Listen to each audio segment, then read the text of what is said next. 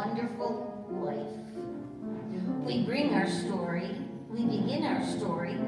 in the little town of Bedford Falls, New York, US of A, where a number of people in the town are praying for their dear friend, a typical American dreamer named George Bailey. Dear God, please look after my husband, George. George is a good boy. You know that. My son has always gone out of his way to give others a hand. Now it's him who needs Oh, it. my big brother George has done so much for all of us, more for me than I can remember. I remember all the times he would stay late after work, not ask a cent.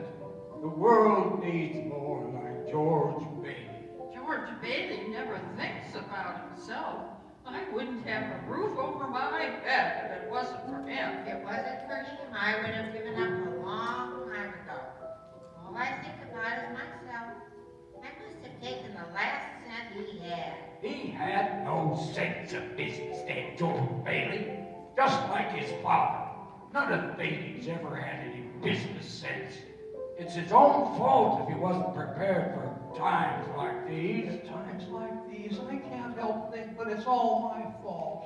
Help him, Father. It's me who's put him through all this. Something's the matter with Daddy. Should we pray for you, Mommy? Yes, Suzu. Pray. Pray very hard. The voices carry heavenward, and Joseph, the superintendent of angels, summons Clarence, an apprentice angel. You sent for me, sir? Clarence, a man down on earth needs our help. Oh, splendid. Is he sick? Oh, no worse. He's discouraged. At exactly 10:45 p.m. tonight, Earth time, that man will be thinking seriously of throwing away God's greatest gift. His life? Then I've only got an hour to dress. What are they wearing now? You will spend that hour getting acquainted with George Bailey. Sir, if I should accomplish this mission, I might win my wings. I've been waiting over 200 years now, and people are beginning to talk. What's that book you've got there? Oh, The Adventures of Tom Sawyer, sir. I was reading it when you sent for me. Oh, that's a fine book. Excellent. Well, you do a good job with George Bailey, and we'll see about your wings. Oh, thank you. Now, if you're going to help George, you'll want to know a little something about him. Look, see the town? Why, yes. A group of young boys sledding down a snow-covered hill onto the ice. This is amazing. Yippee! Who's that? That's him, when he was 12, back in 1919. Something happens here you'll have to remember later on. And here comes the scare baby. My kid brother, Harry Baby. I'm not scared. You can do it, Yippee! Help, help. Oh, dear. Harry's fallen through the ice. I'm coming, Harry. Make a chain gang. So, his brother fell through the ice, but George saved him. Yes, Clarence. And ever since George has had a bad ear. All that icy water, you understand. Bad ear. Yes, sir. The other event came a few months later.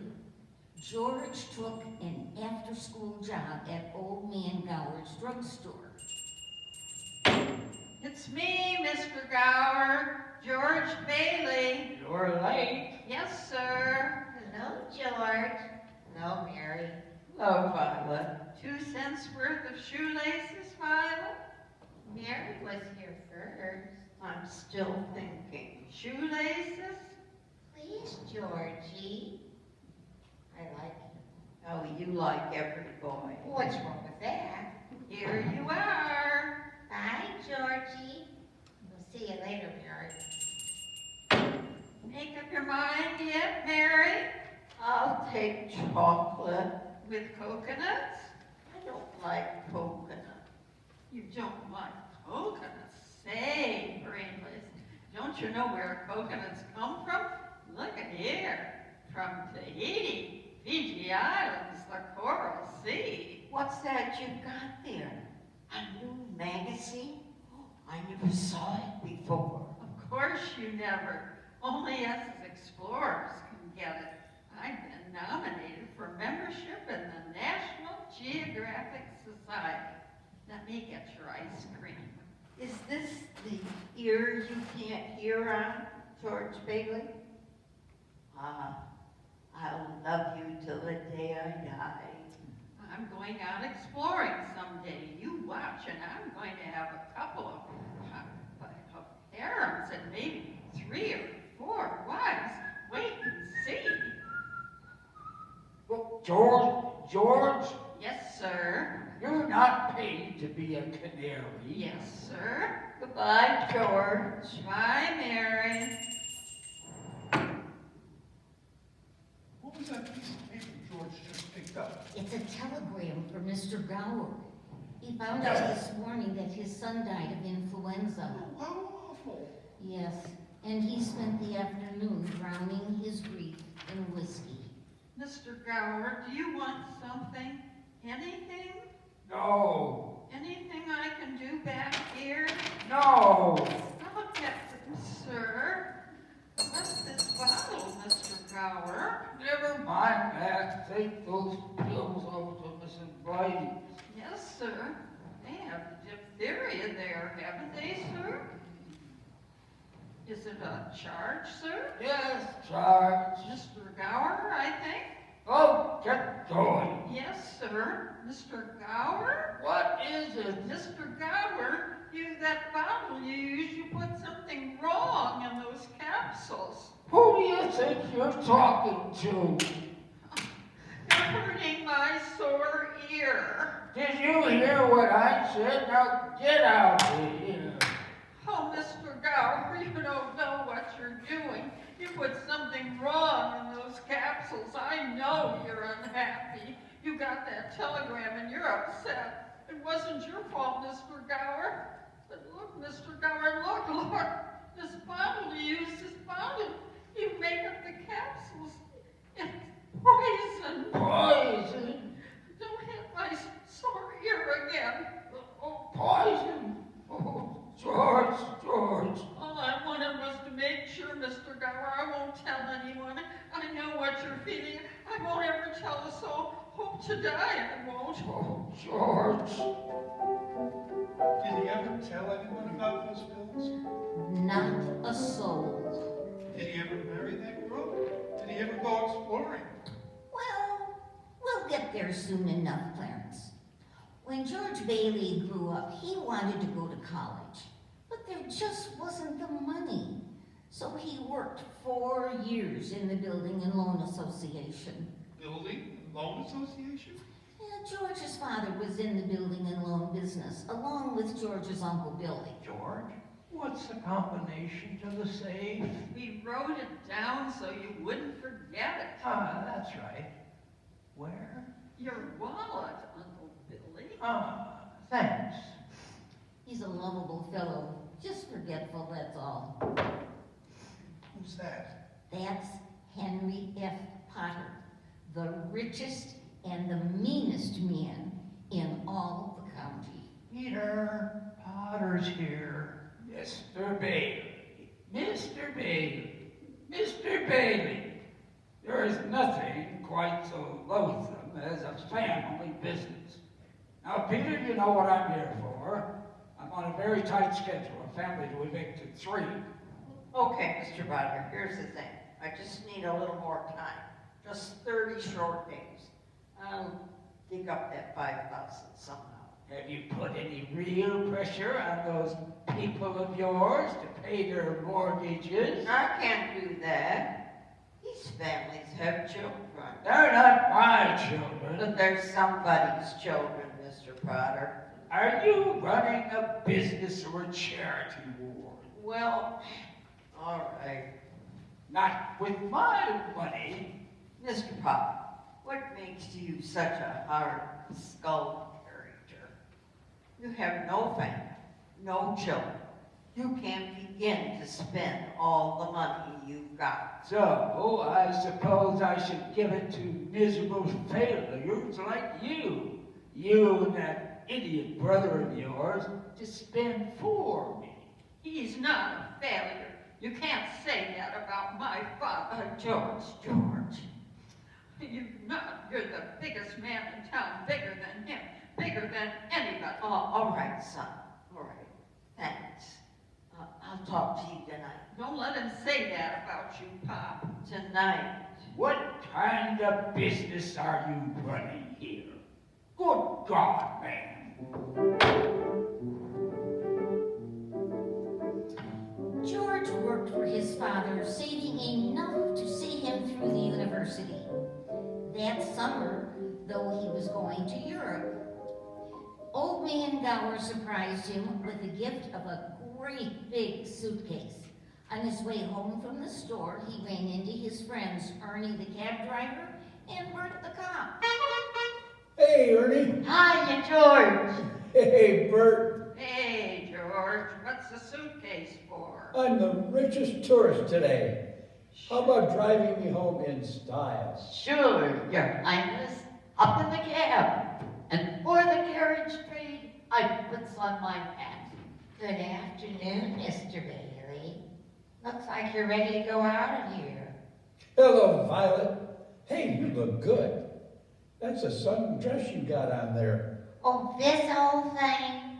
Why, I only wear it when I don't care how I look. Well, I'll see you later. How would you like? Yes. Want to come along, Bert? We'll show you the town.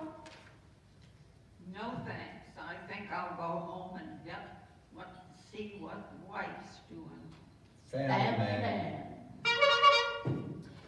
George saved up money to go away to college. His bags were packed, and he was all set to go. Oh boy, oh boy, oh boy. It's hard to realize this is the last night in Bailey boarding house. We're sure gonna miss you, George. I'm gonna miss you too, Pop.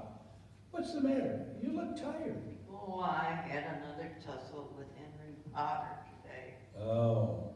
I thought when we put him on the board of directors, he'd ease up on us. I wonder what's eating that old money-grubbing buzzard anyway. Oh, he's a sick man, frustrated and sick.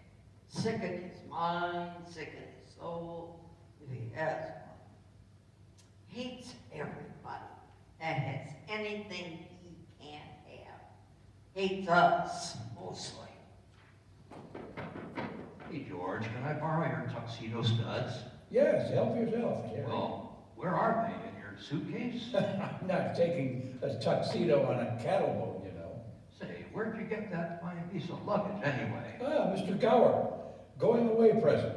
And one of these days, you're going to see that bag covered with travel labels. Italy, Baghdad. Hey, why don't you come to the dance tonight? What, and be bored to death? Well, you couldn't want a better death. Lots of pretty girls. Hey, I gotta hurry. I wish we could send Harry to college with you, George. Well, we've got that all figured out. You see, Harry will take my job at the building and loan, work there 4 years, and then he'll go. He's pretty young for that job. Well, no younger than I was. You were born older, George. I suppose you decided that you're going to do when you get out of college.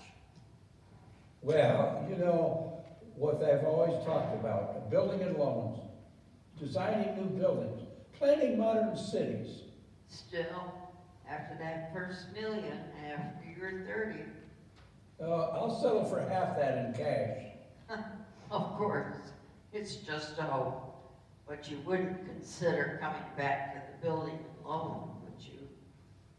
I know it's early to talk about it, but Oh, Pop, I couldn't face any being cooped up in the rest of my life in that shabby little office. No, I'm sorry, Pop. I didn't mean that remark. But it's a business of nickels and dimes and spending all your life trying to figure out how to save 3 cents on a length of pipe. I'd go crazy. I want to do something big, something important. you know, George, I feel that in a small way, we are doing something important, satisfying a fundamental urge. It's not too much for a man to want his own roof and walls and fireplace.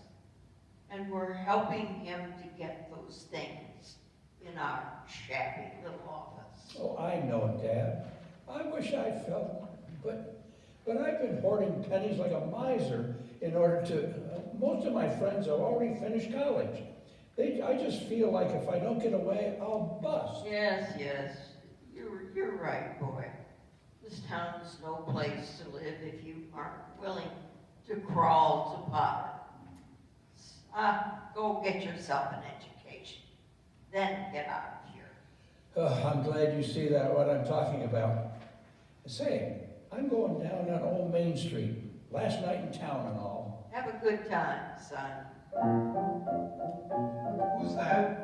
Why, that's Violet Bick. The little girl from the candy counter? That's right. Hello, Georgie Porgy. Hello, Vi. What gives? Nothing. Where you going? Oh, I'll probably end up at the library. Georgie, don't you ever get tired of just reading about things? Yes. What are you doing tonight? Well, not a thing. Are you game, Vi? What do you say we make a night of it? Oh, I love it, Georgie. Great. What do we do? Let's go out in the fields and take off our shoes and walk in the grass. Huh?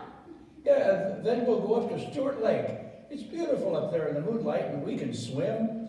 Then we can climb Mount Bedford and smell the pines and watch the sunset in the peaks. And hey, say, we'll stay up there all night. And everybody will be talking about us there. It'll be a terrific scandal. George, have you gone crazy? Walking the grass in my bare feet? Like it's 10 miles up there to Mount Bedford. You think just because you...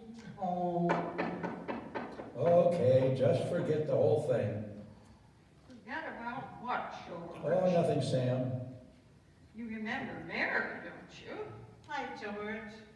Hi, Mary. Say, you wouldn't mind walking Mary home, would you, George? Oh, of course not. Is that okay with you, Mary? Fine by me. Great, thanks. So George walks Mary home. Is that important, Joseph? Oh, I'll say it is, because even though Mary lived only 4 blocks away, it took them 2 hours to get there. Buffalo gals, won't you come out tonight? Come out tonight. Come out tonight. Oh, Buffalo gals, won't you come out tonight and dance by the light of the moon? Hot dog. Oh, boy, just like an organ. Gee whiz. Beautiful. Hey, you know something? If it wasn't me talking, I'd say you were the prettiest girl in town. Well, why don't you say it? I don't know. Maybe I will.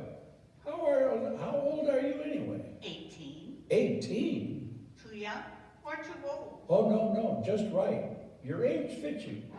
Hey, look where we are. Oh, the old Granville house. Yeah, I gotta throw a rock. Oh, no, don't. I love that old house. Well, no, you don't know about deserted houses? You make a wish and then throw a rock. But George, it's such a lovely old place. I wish I lived there. In there? I wouldn't want to live there if I was a ghost. Now watch this. How about it, huh? Pretty good shot, eh? Broke the window. What's your wish, George?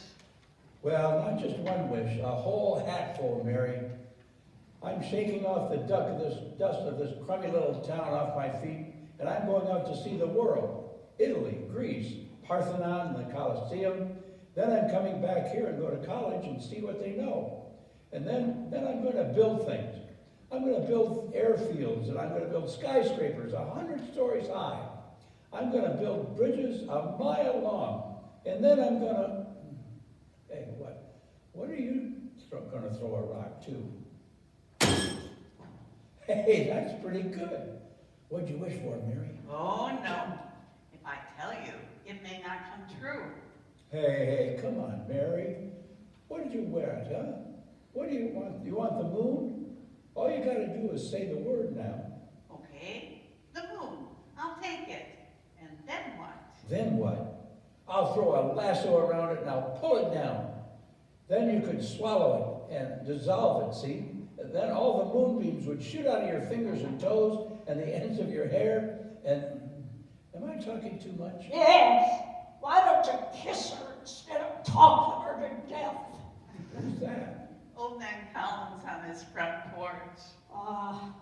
Youth is wasted on the wrong people.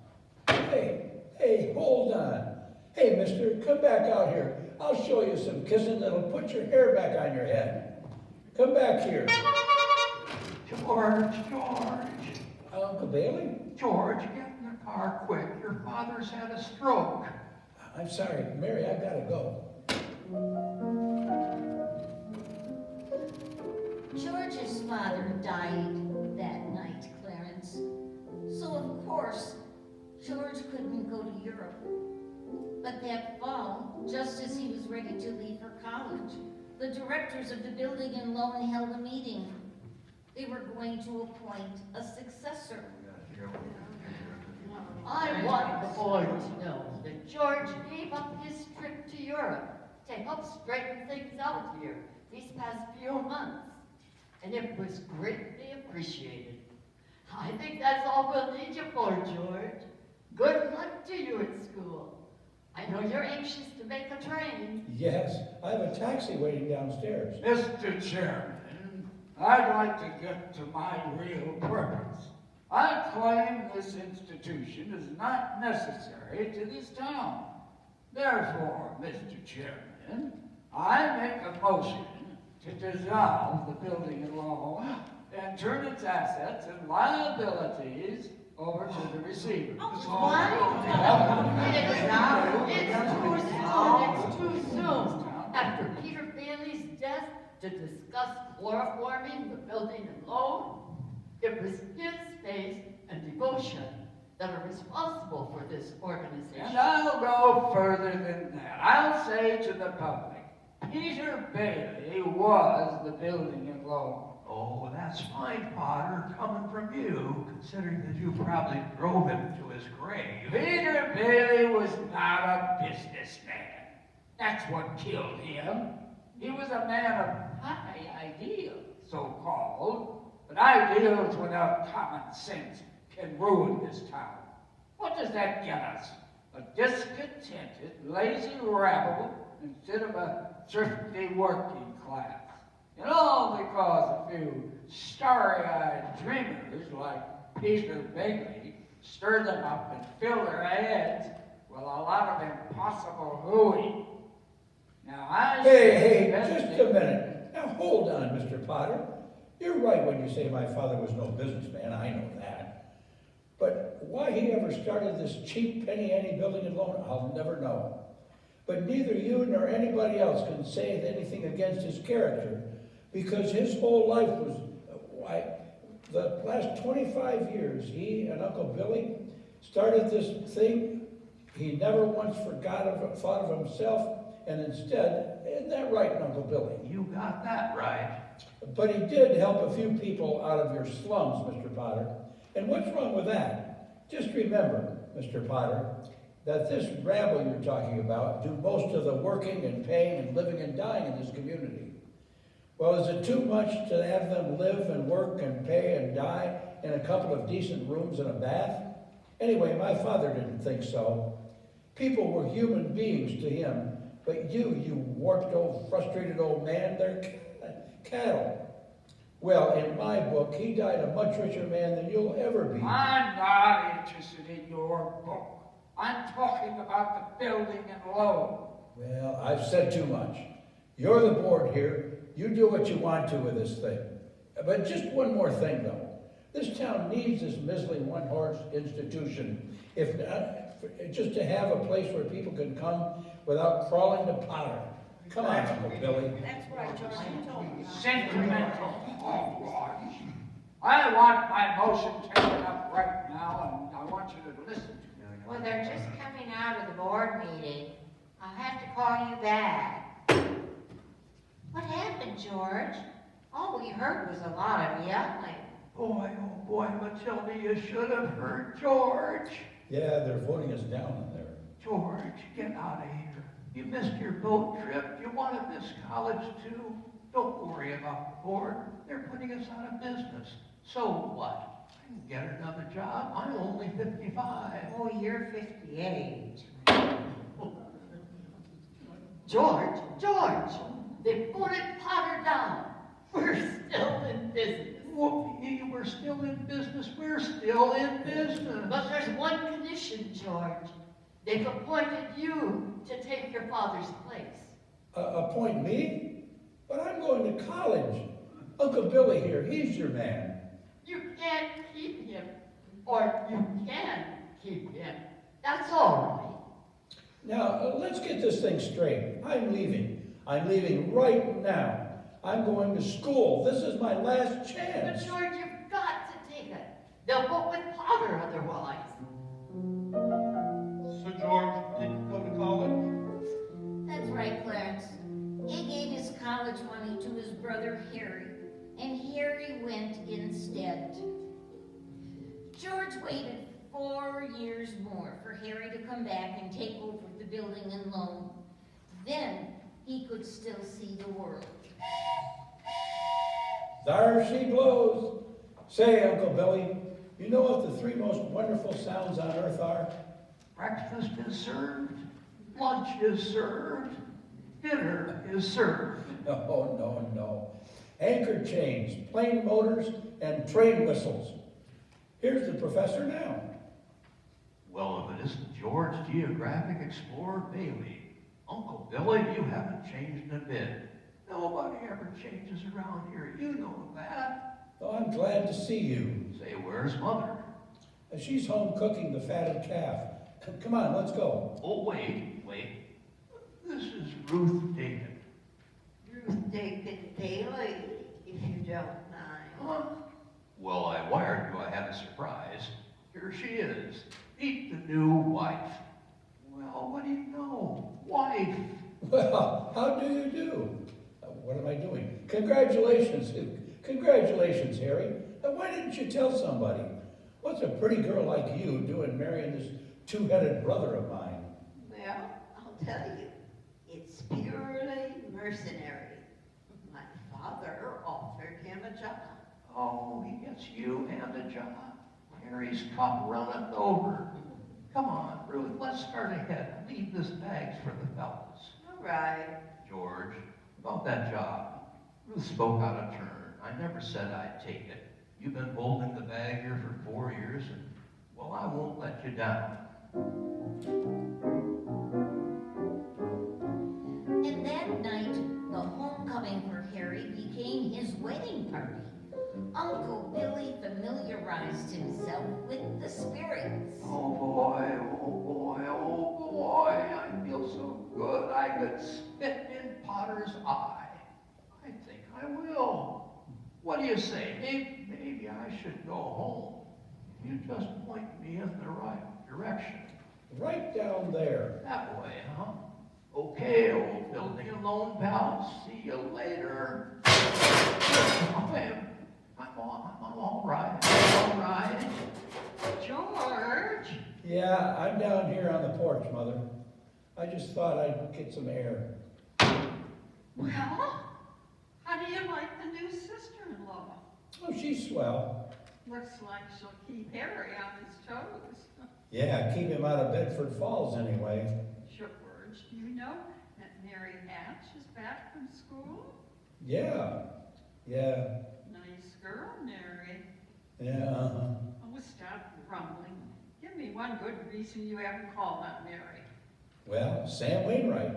Sam's crazy about her. Well, she's not crazy about him. Well, how do you know that?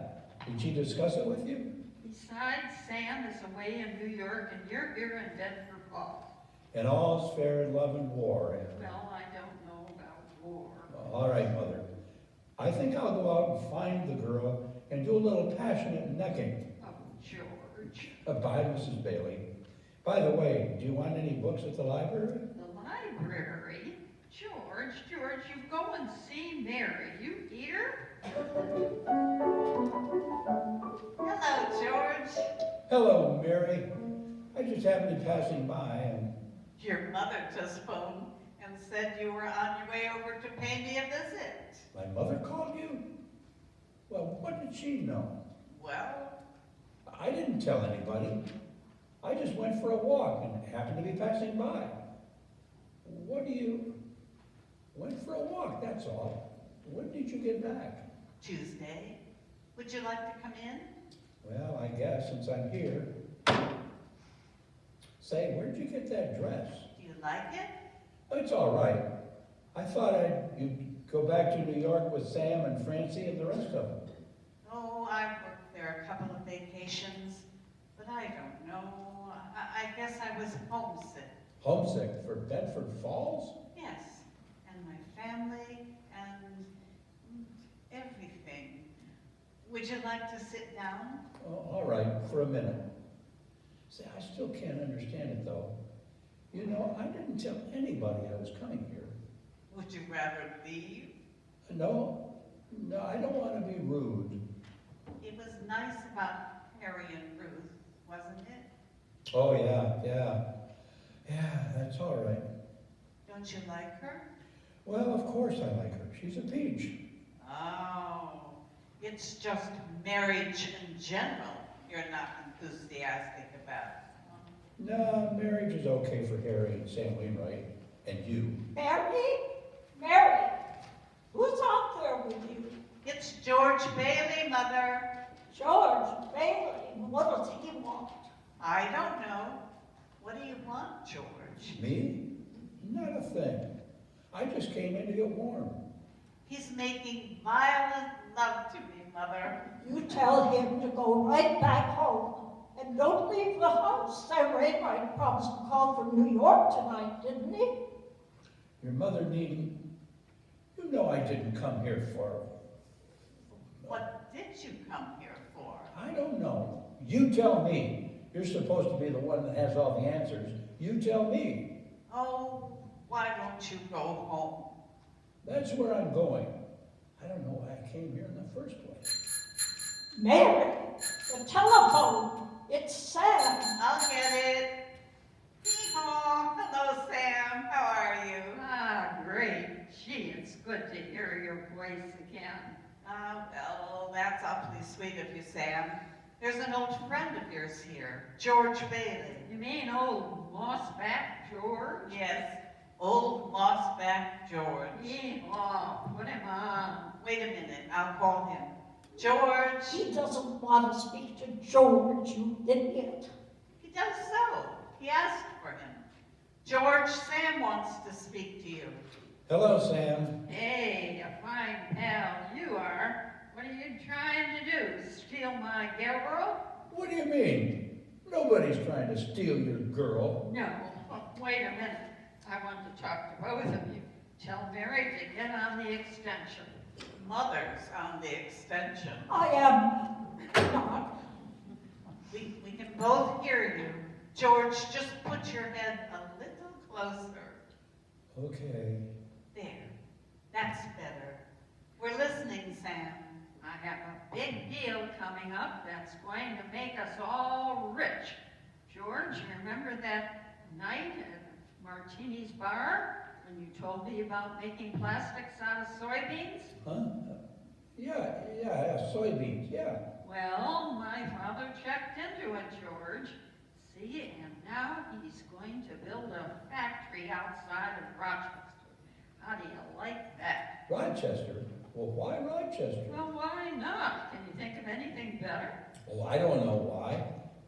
Why not right here in Bedford Falls? You remember that old tool and machinery works? You tell your father he can get that for a song. And all the labor he wants, too. Half the town was thrown out of work when they closed down. That's so? Well, I'll tell him. Hey, that sounds great. Oh, baby, I know you've come through. Here's the point, George. I may have a job for you, that is, unless you are still married to the old broken-down building alone. Oh, Mary. I'm here. You tell that guy I'm getting a chance of a lifetime. You hear? He says it's a chance of a lifetime. Give me that phone. Now you listen to me, Mary. I don't want any plastics. I don't want any job. I don't want to get married ever to anyone. Do you understand that? I don't know what I want. I want, well, you're not going to, oh, God, Mary. George, Oh, Mary, I love you. George, I love you too.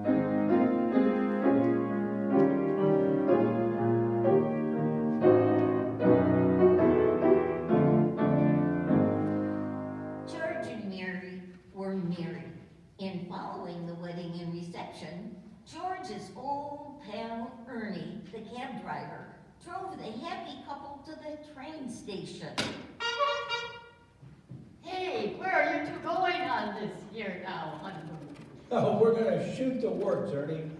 A whole week in New York, another week in Bahama, the highest hotels and the oldest champagne, the richest caviar, the hottest music, and the prettiest wife.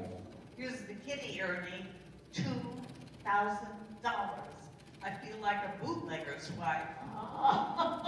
So you're finally getting out of Bedford Falls, huh? Then what? Then what, honey? After that, who cares? That does it. Hey, Mrs. Bailey, I haven't kissed you Hey, since... George, there's something funny going over there. Look, over at the bank. It looks like a run. Huh? Pull over here a minute, will you, Ernie? George, let's not stop, please. Let's go straight to the station. Now, wait a minute. I better see what this is. I'll be right back. George, please. George!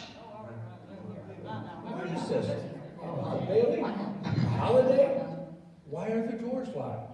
This is a There's a pickle, crowd out in George. front. This is a pickle, George. All right, now, what happened? All I know is the bank called our loan. I had to hand out all the cash. All of it? Every last cent of it. Holy mackerel. And then I got scared, George, and I closed the doors. Our charter says we need to stay open until 6 o'clock or we'll lose our license. Baby brother building and Get me, George. George, it's Potter. Hello? Hello, George. This is a rumor going round that you closed your door. Is that true? No, it isn't. Do you need any police? Mobs get pretty ugly sometimes, you know. We're fine. We'll see. Now, George, I'm going all out to help you in this crisis. I've just guaranteed the bank sufficient funds to meet their needs. They'll close for a week and then reopen. I may lose a fortune, but I'm willing to guarantee your people too. Just tell them to bring their shares over here and I'll pay them 50 cents on the dollar. You don't miss a trick, do you, Potter? Well, you're gonna miss this one. If you close your doors before 6 p.m., you'll never open them again. He just took over the bank, Billy. Open the doors, let them in. Now, hold it. Just remember this isn't as black and white as it appears. How about your money, George? Where's our money? You're thinking this place is all wrong. The money's not here.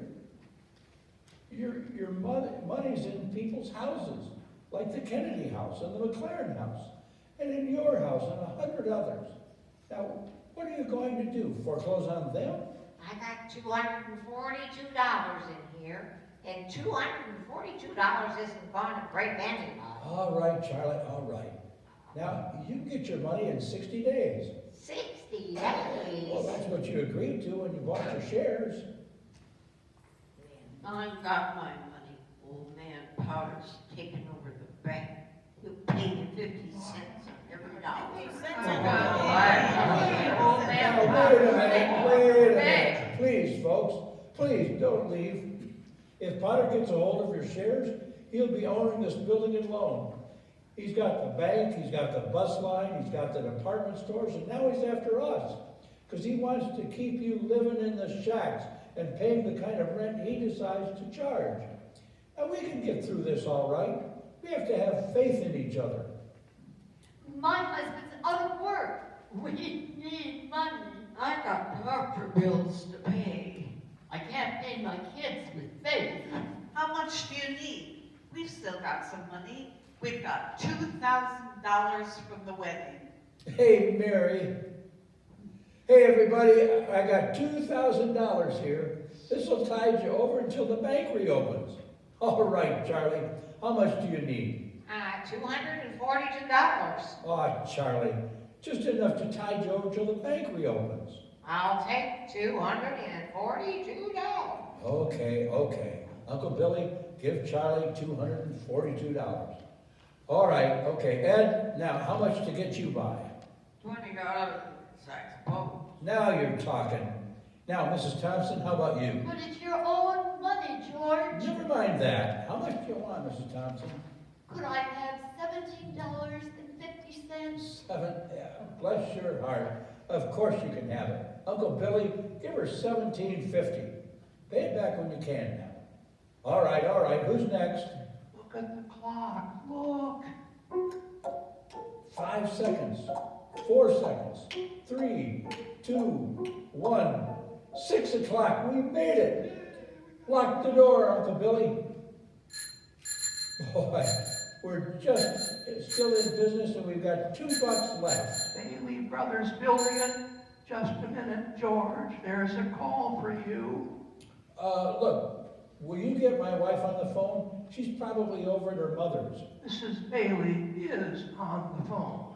I don't want Mrs. Bailey. I want my wife. Mrs. Bailey. That's right. That's my wife. Hey, Mary. Hello. Hey, listen, dear. I'm sorry. What? Come home? What home? 320 Sycamore? Well, whose home is that? The Waldorf Hotel? Huh? That doesn't look like the Waldorf.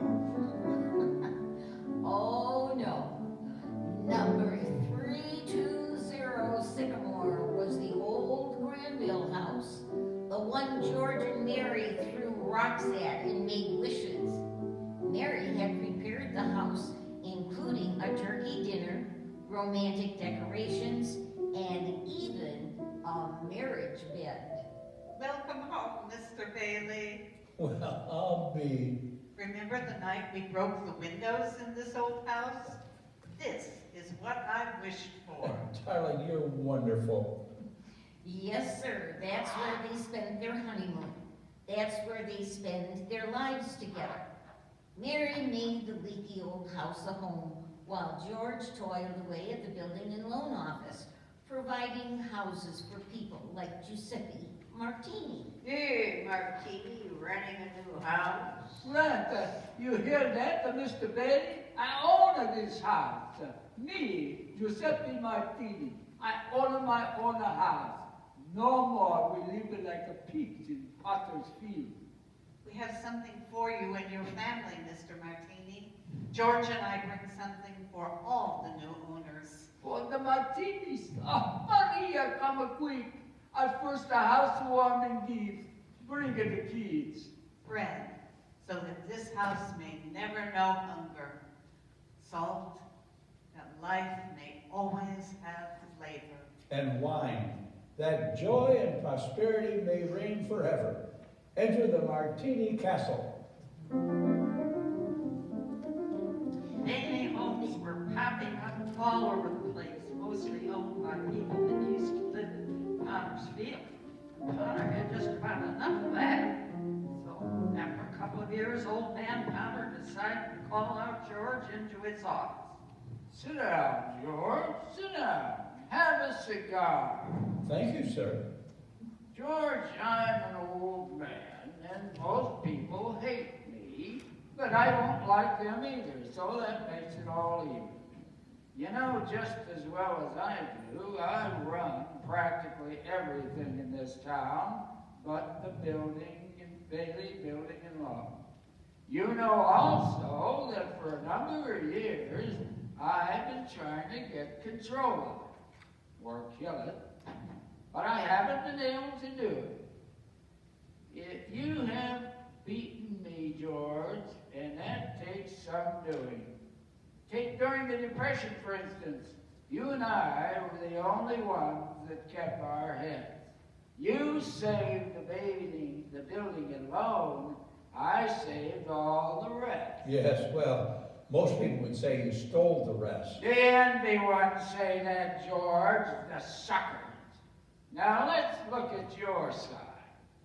Young man, 27, 28, married, making, say, 40 a week. 45. 45? 45. Now, if you were some ordinary yokel, I would say you were doing fine.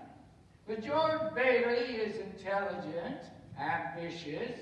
He hates the building alone almost as much as I do. He's been dying to get out of town ever since he was born. A young man who has to sit by and watch his friends go places because he's trapped. Trapped into frittering his life away, playing nursemaid to a lot of garlic beans. Do I paint a correct picture, George, or do I exaggerate? What's your point, Mr. Potter? My point is, you're the only man in town that's licked me. I want to hire you. Manage my affairs. I'll start you out at $20,000 a year. 20,000?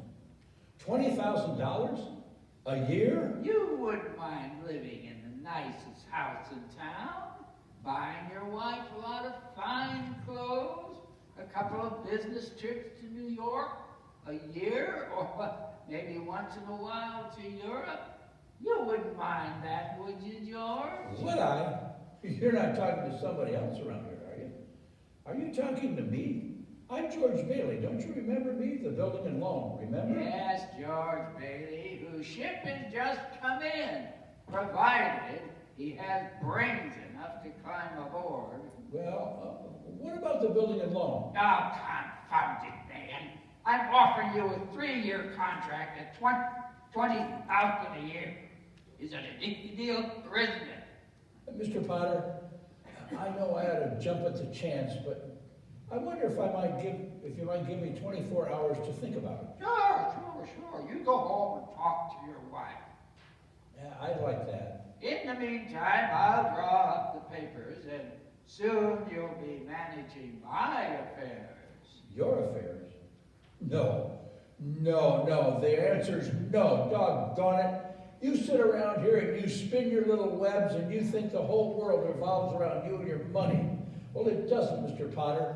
In the whole vast configuration of things, I'd say you were nothing but a scurvy little spider. What did Mr. Potter want, George? Nothing at all. Just talk. Oh, gee, Mary Hatch, why in the world would you ever marry a guy like me anyway? To keep from being an old maid. I guess I was going to go see the world. I was going to build things. I was going to go give you the moon. But what have I given you? Not even a new dress for months. Why, you should have married Sam Wainwright. Anybody else in town. I didn't want to marry anybody else in town. I want my baby to look just like you. You didn't even have a honeymoon, I promised you. You're what? My baby. You mean, Mary, you're on the nest. George Bailey Lassa's store.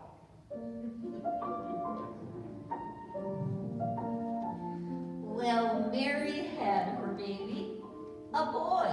You don't say. Then she had a girl. Well, what do you know?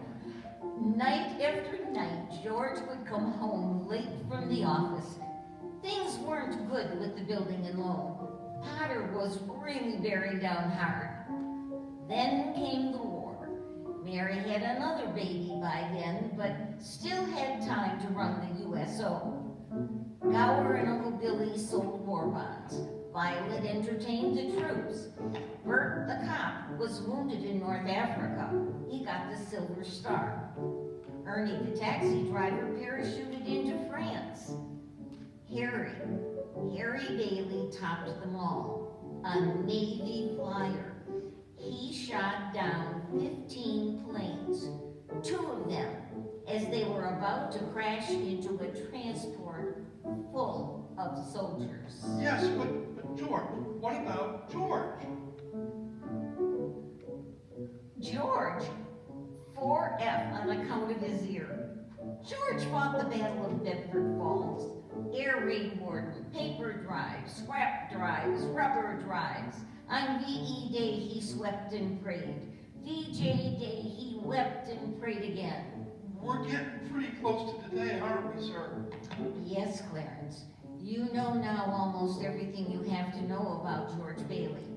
Except what happened that finds him down there at this moment, wanting to die. Well, sir. Well, Well, today is the day before Christmas, and Billy is at the bank to make a deposit when he ran into old man Potter.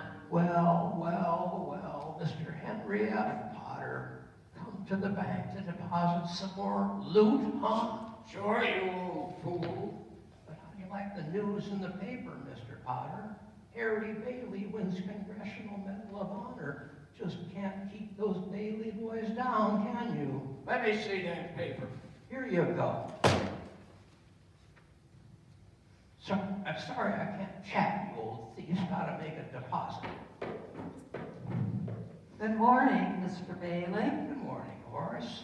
Here you are, deposit slip, bank book, and a very Merry Christmas to you. You too, Mr. Bailey. Say, you've forgotten something, haven't you? What's that?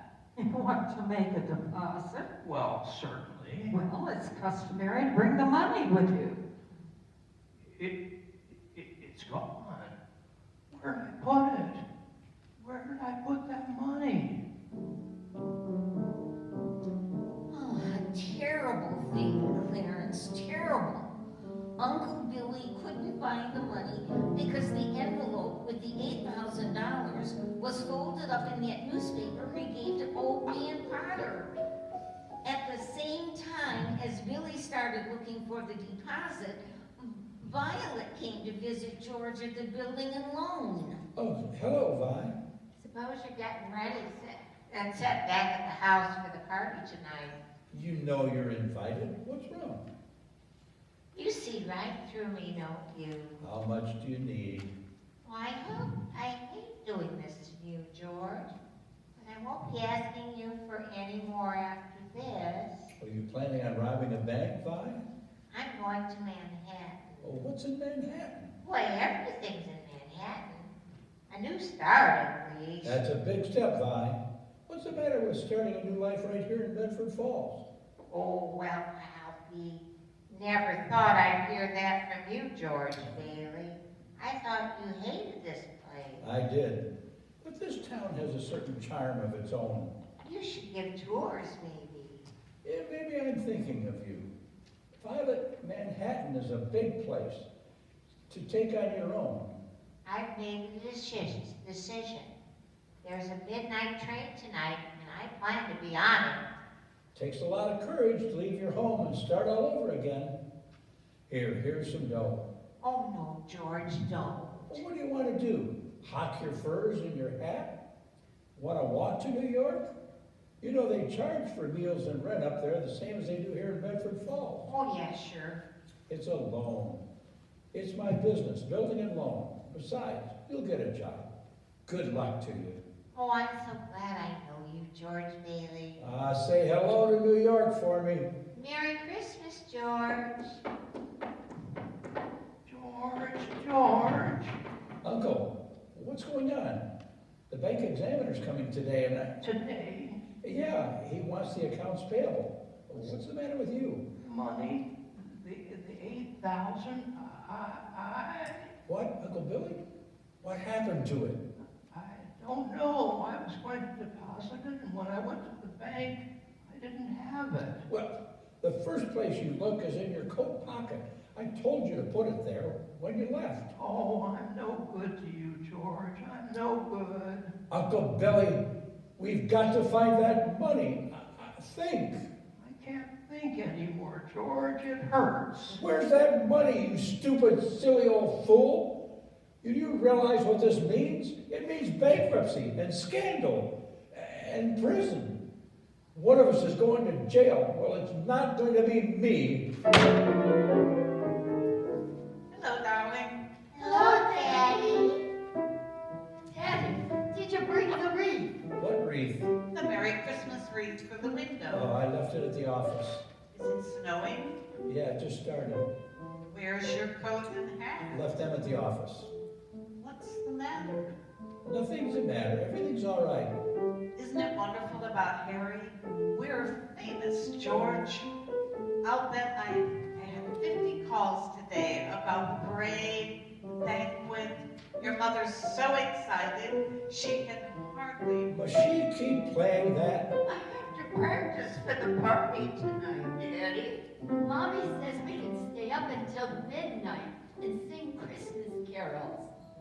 Can you sing, Daddy? Better hurry and shave, George. The families will be here soon. Families? I don't want families over here.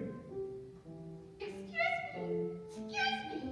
Have a hectic day. Oh yeah, another red letter day for the Baileys. Daddy, the Browns next door have a new car. You should see it. What's the matter with our car? Isn't it good enough for you? Yes, Daddy. Excuse me. Excuse you for what? I burped. All right, darling, you're excused. Now go upstairs and see what little Suzu wants. What's the matter with Zuzu? Oh, she got a cold. Caught it coming home from school. They gave her a flower for a prize, and she didn't want to crush it, so she didn't button up her coat. What is it? A sore throat? The doctor says it's nothing serious. The doctor was here? We called him right away. Is she running a temperature? Just a teensy one. Oh gosh, this old house. I don't know why we don't all have pneumonia. This drafty old barn. Might as well be living in a refrigerator. Why did we have to live here in the first place and stay around this measly, crummy old town? George, what's wrong? Wrong? Everything's wrong. You call this a happy family? Why did we have all these kids? Dad, how do you spell frankincense? I don't know. Ask your mother. Where are you going? Up to see Zuzu. Hi, Daddy. Well, what happened to you? Oh, I won a flower. Here, give Daddy the flower. I'll give it a drink. Oh, here, Daddy. I'll give it. I want to have my flower. Get a drink. I'll give it a drink. Okay, look, Daddy. Some of the petals came off. Taste it. Yeah, all right. Now, I'll paste this together. There, it's as good as new. Give the flower a drink. Now, will you do something for me? What? Will you try and get some sleep? Oh, I'm not sleepy. I want to look at my flower. I know, but you've just got to go to sleep. Then you can dream about it, and then it'll be a whole garden. It will? Uh-huh. Telephone! I'll get it. Hello? Yes, this is Mrs. Bailey. Oh, thank you, Mrs. Welch. The doctor says she'll be out of bed in time for her Christmas dinner. Hey, is that Zuzu's teacher? Yes. Let me speak to her. Hello, Mrs. Welch? This is George Bailey. Say, what kind of teacher are you anyway? What do you mean sending her home like that, half naked? George? Is this the kind of thing we're paying taxes for? To have teachers like you? Silly, stupid, careless people who send our kids home without any clothes on? Oh, that's stupid. Hello, Mrs. Welch. I want to apologize. Hello? Hello? She hung up. I'll hang her up. Hey, what the heck are you doing? Who do you think you are? Wait a minute. Who is this? Yeah, it's well done, Bumper. Oh, Mr. Welch. Okay, fine, Mr. Welch. Gives me a chance to tell you what I really think of your wife. George? Will you let me handle this? Hello. Hey, Oh, you will. Oh, okay, Mr. Welch. Anytime you think you're man enough, anytime you... Daddy, how do you spell hallelujah? Oh, what do you think I am, a dictionary? Janie, haven't you learned that silly tune yet? You've got to play it over and over again. Stop it. Now stop it. George, what are you doing? I'm sorry, Mary. Janie, I'm sorry. I didn't mean it. Just go on and practice. Pete, I owe you an apology too. I'm sorry. What did you want to know? Nothing, Daddy. What's the matter with everybody? Janie, go on. I told you practice. Now go play. Oh, Daddy. George, why must you torture the children? Mary. Why don't you? Where's Daddy going? Bedford 247, please. Is Daddy in trouble? Yes, Pete. Shall I pray for him? Yes, Janie. Pray very hard. Me too. You too, Tommy. Hello? Uncle Billy? So that's it, George. You're short $8,000 in the books, eh? Oh, please, Mr. Potter. I'll pay any sort of interest. If you still want the building and loan. You say it was lost. Well, did you notify the police? No, sir, I haven't done that yet. Harry's coming home tomorrow. Why did you come to me? What about your good friend, Sam Wainwright? I can't get a hold of him. He's in Europe. What kind of security have you got, George? What collateral? Well, I have some life insurance. $15,000 policy. And what is your equity in? $500. And you want 8,000. Look at you. You used to be so cocky. You were going to go out and conquer the world. You once called me a work-frustrated old man. What are you but a work-frustrated young man, crawling in here on your hands and knees for help? You're worth more dead than you are alive. Mr. Potter, I'll do anything, Mr. Potter. Please, please help me. Help my wife and my kids. You know what I'm going to do for you? As a stockholder of the building and loan, I'm calling the state examiner to get a warrant for your arrest. Misappropriation of funds, manipulation, No, malfeasance. please, Mr. Potter, you can't. They can't arrest me. Go on and run. You can't hide in a little town like this. Merry Christmas, George.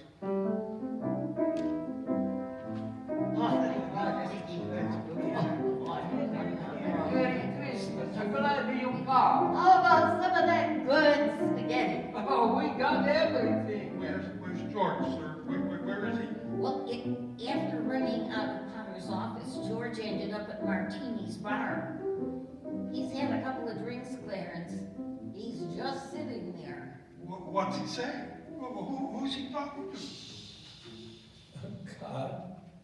God, dear Father in heaven, I'm not a praying man, but if you're up there, you can hear me. Show me the way. I'm at the end of my rope. Show me the way, God.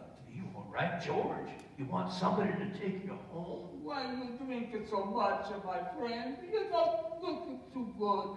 Please, go home, Mr. Bailey. Bailey? You say Bailey? Which Bailey? This gentleman is Mr. Bailey, Georgia Bailey. George Bailey? Huh?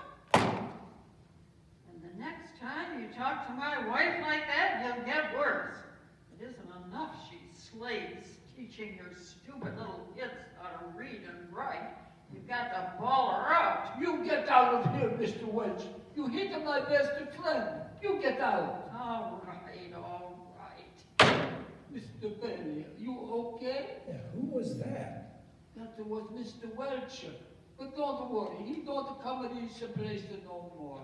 I get something for your face. It is a bleed. Oh, I'm all right. Please, don't go away, Mr. Leave me alone. Just leave me alone.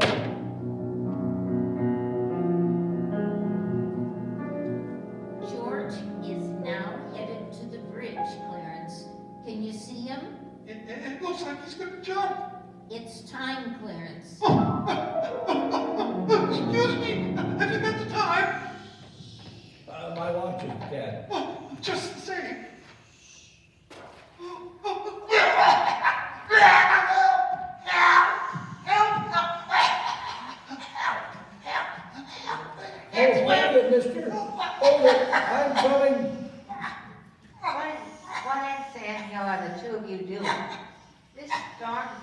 for manatees.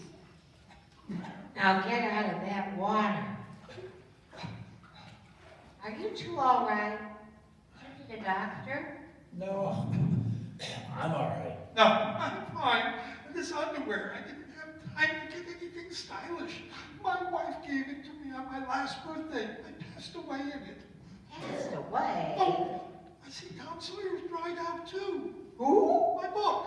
I left in such a hurry I brought Tom Sawyer with me. You should read his new book by Tom Mark Twain. He's working on it now. How'd you happen to fall in? Oh, I jumped in. I jumped in to save you. You jumped in to save me? Well, I did, didn't I? You didn't go through with it, did you? Go through with what? Suicide. Oh, it's against the law to commit suicide around here. Yeah, it's against the law where I come from, too. Where do you come from? Heaven. What? I had to act quickly. That's why I jumped in. I knew that if I were drowning, you would jump in and try to save me. And you see, you did. That's how I saved you. Oh, that's very funny. Your lips bleeding, George. Yeah, I got a bust in the jaw. Another answer to prayer. Oh, no, George. That's not right. I'm the answer to your prayer. Well, hey, how do you know my name? Oh, I know all about you. I've watched you grow up from a little boy. What are you, some kind of mind reader or something? No, George. Well, who are you then? Clarence Oddbody, AS2. Oddbody, AS2. What's that, AS2? Angel second class. Hey, I'm getting out of here. You may not be a doctor, but I do. Cheerio, my good man. Hey, look here. Why'd you want to save me? Because I'm your guardian angel. I wouldn't be a bit surprised. Ridiculous of you to think of killing yourself for money. $8,000. Yeah, just things like that. Now, how'd you know that? I told you I'm your guardian angel. I know everything about you. Well, you look about the kind of an angel that I'd get. Sort of a fallen angel, aren't you? What happened to your wings? I haven't won my wings yet. That's why I'm an angel second class. Oh, I see. But you can help me earn them, George, by letting me help you. You don't happen to have $8,000 on you, do you? No, we don't use money in heaven. Oh, that's right. I keep forgetting. Comes in pretty handy down here, bub. I found it a little late. I'm worth more dead than alive. Now look, you mustn't say things like that. I won't get my wings with that kind of attitude. You just don't know all the good that you've done. If it hadn't been for you... Yeah, if it hadn't have been for me, everybody'd be a lot better off. My wife, my kids, and my friends. This isn't going to be easy. They'd all be better off if I hadn't been born at all. What'd you say, George? I wish I'd never been born. George, that's marvelous, wonderful. Wonderful? The idea you just gave me. Well, you've got your wish. You've never been born. I've never been born? Exactly. No worries, no $8,000 yet, nothing. You simply don't exist. Hey, wait a minute. This ear of mine. Say something else in that ear. You don't have a bad ear now, George. Don't you see? You're not the George Bailey you think you are. You're a nobody. Well, that's the doggonedest thing. Your lips stop bleeding too, George. Well, what do you know about that? Oh, what happened? I need a drink, that's what I need. What about you, Angel? You want a drink? Well, I don't know. Come on. We'll go to as soon as our clothes are dry. Our clothes are dry. Hey, so they are. That's funny. That stove's hotter than I thought. Well, look, let's get dressed and we'll stroll over to Martini's and then, oh, excuse me, I'll stroll, you fly. I haven't got my wings. Yeah, you haven't got your wings. Yeah, that's right. A couple of drinks and we'll both fly. Hey, there's a place right over there to sit down. Sit down. Hey, hello, Nick. Clarence, welcome to the best bar in Bedford Falls. Bedford Falls? Don't you mean Pottersville? Pottersville? Hey, where's Martini? Look, I'm the boss. You want a drink or don't you? Okay, all right. Double bourbon, quick, eh? Okay. malt wine. Huh? Heavy on the cinnamon, but light on the cloves. Off with you now. Lively now. Look at you, mister. We serve hard drinks in here for men who want to get drunk fast. And we don't need any characters around to give the joint atmosphere. Now, come on here, Mick. Just give him the same as I ordered. He's okay. 2 double bourbon. What about this place? It's all changed. George, all of Bedford Falls has changed. You're having your wish, George. You've never been born. Okay, there'll be lots of things you've never seen before. Oh, good. Oh, good. Somebody's made it. Made what? Every time you hear a bell ring, it means some angel's just got his wings. What did you say? Look, Clarence, I don't think you should talk about angels down around here. Don't they believe in angels? Yeah, they believe in them, but you know, it's just... Well, then, why should people be surprised when they see one? Uh-huh. Don't mind him, Nick. He just never grew up. Now, how old are you anyway, Clarence? 293 years, next May. That does it. Out you 2 pixies go through the door or out the window? Hey, Get where's Martini? Will you tell him? Stop asking about Martini. He ain't here. Well, when you look who crawled out from under whatever hole he's been hiding.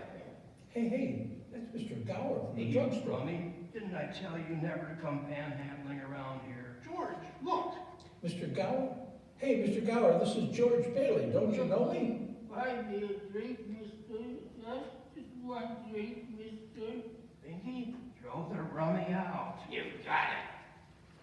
Oh, no, please. Hey, Nick, isn't that Mr. Gower, the druggist? Rumhead spent 20 years in jail for poisoning some kid. If you know him, you must be a jailbird yourself. Binky, here's 2 more. Get him out of here. You got it, boy. What's wrong with Mr. Gower? Mr. Gower doesn't know you, George. You see, George, you weren't there to stop Gower from putting that poison into that prescription. What do you mean I wasn't there? What are you, a hypnotist? Why am I always seeing these strange things all of a sudden? It's because you were never born. Well, then if I wasn't born, who am I? You're a nobody. You have no identity. What do you mean, no identity? My name's George Bailey. There is no George Bailey. You have no papers, cards, no driver's license, no 4F card, no insurance policies. Zuzu's petals. My little girl. Some petals fell off her flower. I told her I'd fix it and stuck them in my pocket, but they're gone too. Everything's gone. But you've been given a great gift, George, the chance to see what the world would be like if you had never been born. You're crazy. You're crazy as a bedbug. You're driving me crazy too. Now look, I'm going to go home and see my wife and family. You understand that? I'm going home alone.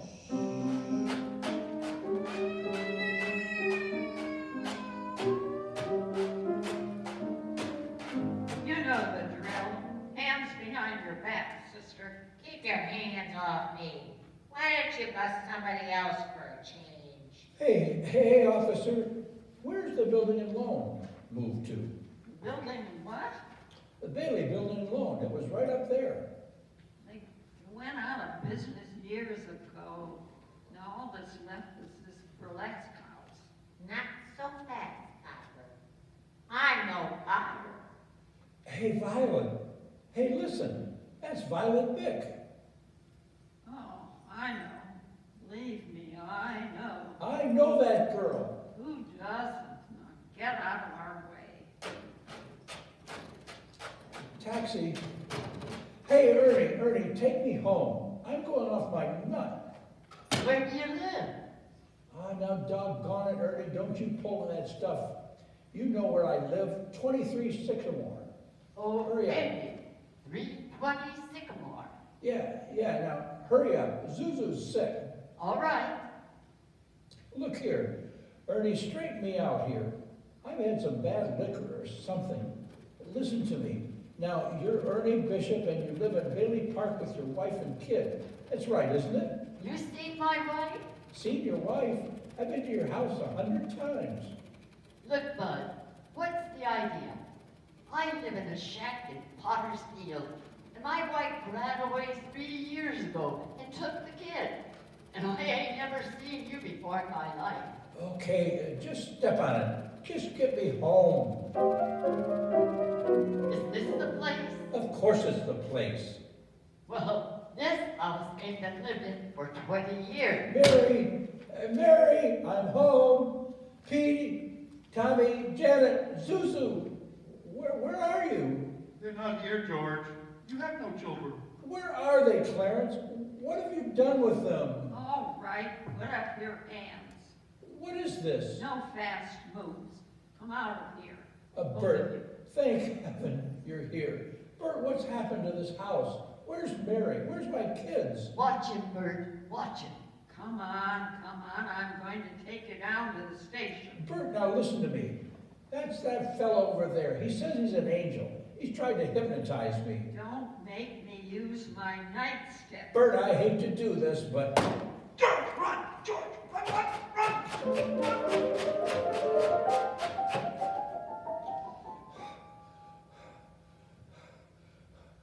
Ma Bailey's boarding house? Well, Mother. Mother, what do you want? Mother, it's George. I thought sure you'd remember me. George, who? If you're looking for a room, there's no vacancy. Oh, Mother, please try to understand. Something's happened to me. I don't know what it is, but I need a place to stay. Please let me stay here. I don't take in strangers. I'm not a stranger. I know everybody you know. Know Your him? brother-in-law, Uncle Billy? You know him? Oh, sure I do. When did you see him last? Today, over at his house. That's a lie. He's been in an insane asylum ever since he lost his business. Now, if you ask me, that's where you belong. I'm here again, George. My own mother didn't know me. Strange, isn't it? One man's life touches so many others, and when he isn't around, he leaves a pretty big hole, doesn't he? Look, you. I've heard of things like this before. You've got me under some kind of spell. Well, I'm going to get out of it. I've got to. Now, let me think a minute. Bailey Park. There is no Bailey Park if you weren't here to build it. We'll see. This is Bailey Park. People live here? Pretty grim. This is where Bailey Park is supposed to be. What's this gravestone doing here? And why is my brother Harry's name on it? Your brother broke through the ice and drowned at the age of 9. That's a lie. Harry Bailey went to war. He got the Congressional Medal of Honor. He saved lives of every man on the transport. Every man on that transport died, George. Harry wasn't there to save them because you weren't there to save Harry. You see, George, you really had a wonderful life. Don't you see what a mistake it would be to throw it away? What happened to Mary, Clarence? I'm not supposed to tell you, George. I don't know how you know all of these things, but please, you've got to tell me where she is. So let me see her. Okay, but you're not going to like it. Where She's is an she? old maid, George. Where is she? She's just about to close up the library. There must be some easier way of getting my wings.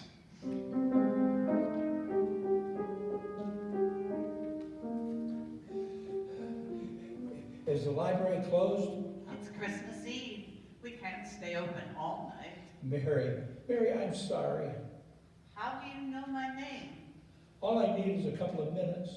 I told you, the library is closed. Please, just 2 minutes. I'll do anything. Isn't this town Bedford Falls? It used to be, but that was some time ago. I wasn't very old when Potter was elected and took the town along with its name for himself. Mary Hatch. You live on Reed Street in a white Victorian. Your bedroom is at the top of the stairs, and you have an older brother, Marty, and you live with your mother, Edwina. How do you know all this? What are you, some crazy man? Don't you? Stop it, I'm leaving. Don't you know me, Mary? Just let me touch you. Get your hands off me. I'll call a cop. Mary, it's George. Don't you Let me go. Mary, please. Oh, don't do this to me. Please, Mary, help me. Where are our kids? What? I need you, Mary. Help me, Mary. Get away from me. Help! Help! Please! Mary, it's George. Please, Mary. You're my wife. No! Clarence. Clarence, where are you? Help me, Clarence. Get me back. I don't care what happens to me, only get me back to my wife and kids. Help me, Clarence, please. I want to live again. Oh, God, please let me live again. George? Is that you, George? Now get out of here, Bert. You come any closer and I'll hit you again.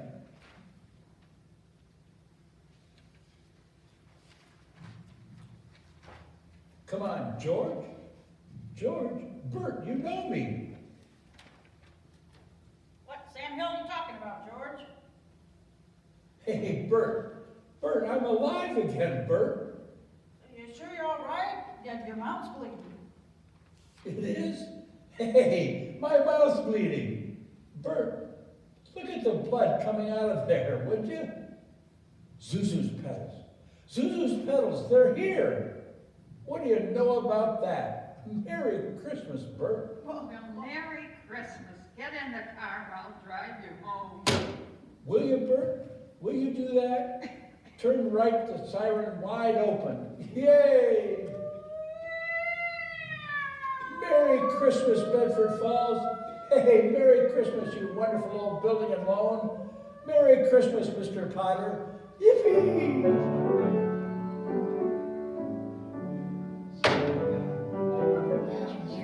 What's going on? Mary, I'm home. Have you seen my wife? Hey, what is all these people here, reporters? Hey, Merry Christmas, reporters. Mr. Bailey, there's a deficit. Oh, I know, $8,000, I bet, huh? George, I've got a little paper here. I'll bet it's a warrant for my arrest. Isn't that wonderful? Merry Christmas. Merry Christmas, Daddy. Merry Oh, Christmas. kids, Pete, Janie, Tommy, I could eat you up. Where's your mother? She went looking for you and Uncle Billy. Daddy, Zuzu. Oh, Zuzu, my little ginger snap. How do you feel? fine, Daddy. Not a snitch of temperature. Not a snitch. Hallelujah. George, darling. It's Mommy. Mommy's home. Mary. George, where have you been? Oh, George. Mary, let me touch you. Oh, you're real. Oh, George. You have no idea what's happened to me. You have no idea what's happened either. Come on, George, quick. They're on their way. Who's on their way? Oh, the police department? The FBI? The National Guard? I'm alive again, Mary. Listen, I'm alive again, Mary. Now you stand right over here by the tree. Right here. And don't move. Hey, Don't move. George, it's Wonderful. Mary did it, George. Mary did it. She told a few people you were in trouble, and they came scattered all over town collecting money. They didn't ask any questions, just said, if George is in trouble, you can count on me. You never saw anything like it. What is this, George? Another run on the bank? Here you are. Merry Christmas. The line forms to the right, Mr. Gower. Merry Christmas. Mr. Martini, step right up now. I thought you the Duke about school. Mr. Gower? I made the rounds on my charge account.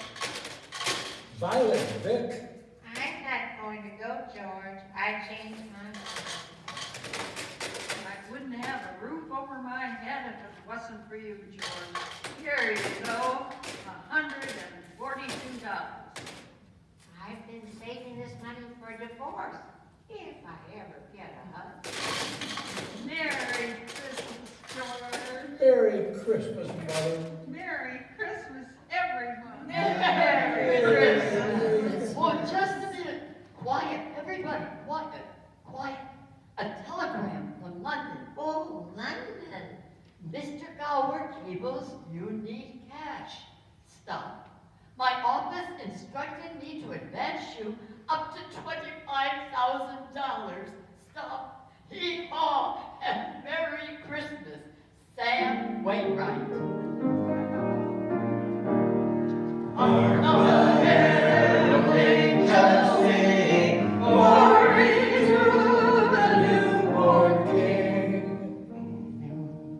Hello, George. How are you?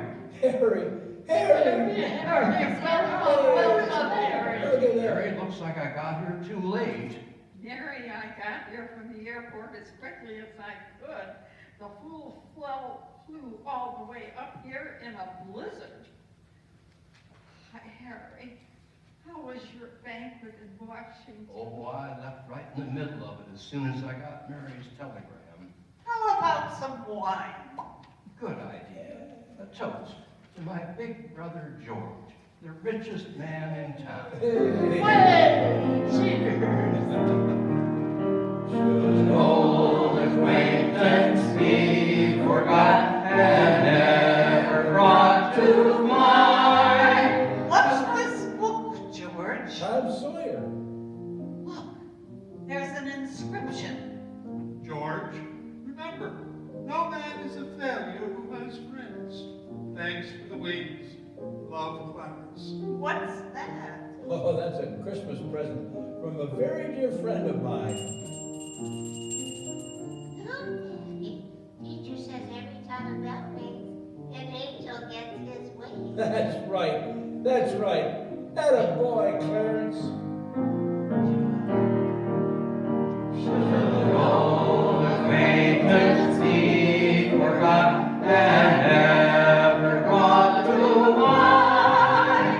Should old acquaintance be forgot and days of old lang syne? This has been WBFR Playhouse of the Air's presentation of It's a Wonderful Life. The WBFR Playhouse is brought to you this and every week by Bremel Hair Tonic and Duck's Toilet Cake. Please stay tuned for a program of popular Hollywood music. This is Franny Fillmore signing off for WBRF in New York City and wishing you and yours a very Merry Christmas. Good night. Acquaintance be forgotten. Lang syne will take a cup of kindness for old lang syne.